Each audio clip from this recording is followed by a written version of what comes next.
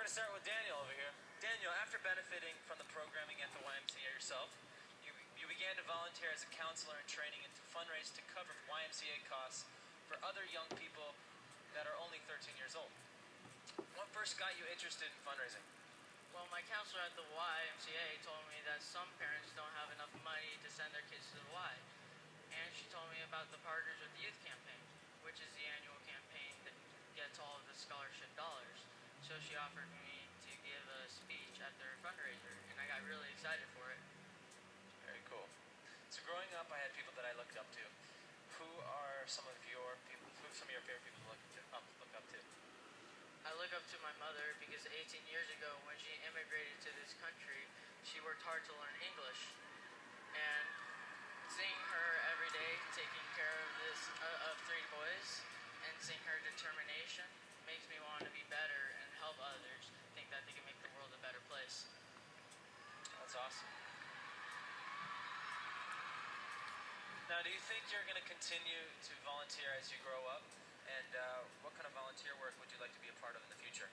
Of course I will. I will continue to do things that I could, volunteer. But I would want to help the poor, hungry, and the elderly. But I think that anything that gives me a chance or the opportunity to help others make a difference would be great. Awesome. Give it up. Yeah. Hey, Dora. Hi. Hi. You have some friends here, I think. Redmond High School? Woo! Oh. Reppin'. So, Dora, you're 16 years old. You've already published several books and a very impressive public speaking resume. Since your passion is clearly focused on education, could you share with us some of the things that you're doing for the students to change education for the better? Well, I'm really dedicated to student voice, ensuring that every single student in a classroom has a voice in their education. I believe passionately in giving students that chance to take part in education reform. I also organize an annual conference, TEDx Redmond, that features all young people speaking so that it's not just me up on a stage, but that many, many kids can have the same opportunity. That's awesome. Now, why don't you tell us a little bit more about how you got here today, what got you excited about writing and speaking, and would you ever imagine you'd gain this amount of success doing this? When I was 3 years old, I was following the Bush versus Gore election. Okay, it was on the TV and I was interested, so I'd get on top of this big rock in a park and start speaking about why I should be president, definitely counting on all your votes. But the point is that I've loved public speaking from a young age, and so when I spoke at TED in 2010, that people were really captivated by this message of adults learning from young people, and that's how I got to where I am today. It's awesome. Do you remember what it was like that lit the spark that got everything started, your path of being so involved in education and teaching? Like, for example, what was your favorite book as a young child? I loved the Harry Potter series, like probably a lot of people here. I wanted to be like the authors who I read, and I really wanted to give other young people the chance to love reading and writing so much and go to the worlds that it opened up for me. So I began teaching other classes myself. That's where I developed my passion for education, because you truly don't know it until you've been on both sides as a student and a teacher. I appreciate it. Very cool.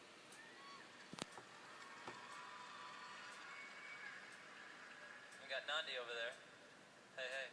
At 18 years old, you started your own nonprofit, Hand in Heart, an organization that provides support to grassroots organizations in Africa and creates opportunities for young people here to make a difference. You were born and raised in South Africa, so I guess this organization is very close to heart. You get my joke? Do you think that growing up in South Africa has given you a stronger motivation to do the work that you do? Absolutely. Growing up in a country like South Africa, you experience extreme inequality so tangibly. And this has profoundly impacted me as a person, but so too has living in the United States. And these two experiences combined actually is why my chosen life purpose is to create opportunities for people here that can educate those who perhaps have not had this direct experience, and also enable and inspire them to actually make a difference. Cool. Now, do you remember your first day of fundraising, and what was it like to have that feeling of leading your own organization? Spectacular, and every single time we've done a project, I've proved to myself and to every single person involved in the project that absolutely anyone can make a difference. And seeing this light go on inside people and then seeing them continue on doing amazing things in the world has been one of the coolest experiences. Now, what advice do you have for the young people in this audience who are looking for a way to focus on their passions and interests? Get your phones out, bookmark handandheartnow.org, and come and find out how we can support you through initiatives like #HobbyPhilanthropy. We believe that philanthropy should start and center around your number one passion or hobby. So coming soon on our website, it's still in construction, you'll be able to, 1, choose your favorite hobby or passion. Number 2, choose from a list of amazing organizations that are already on the ground in South Africa, making change through that hobby. And number 3, you'll get to join or create your own team and actively and creatively, using your hobby, start fundraising for that organization. Thank you, WeDay! Thank you. Guys, thank you so much. Thank you, guys. WeDay, you guys are amazing. We'll see you guys again soon.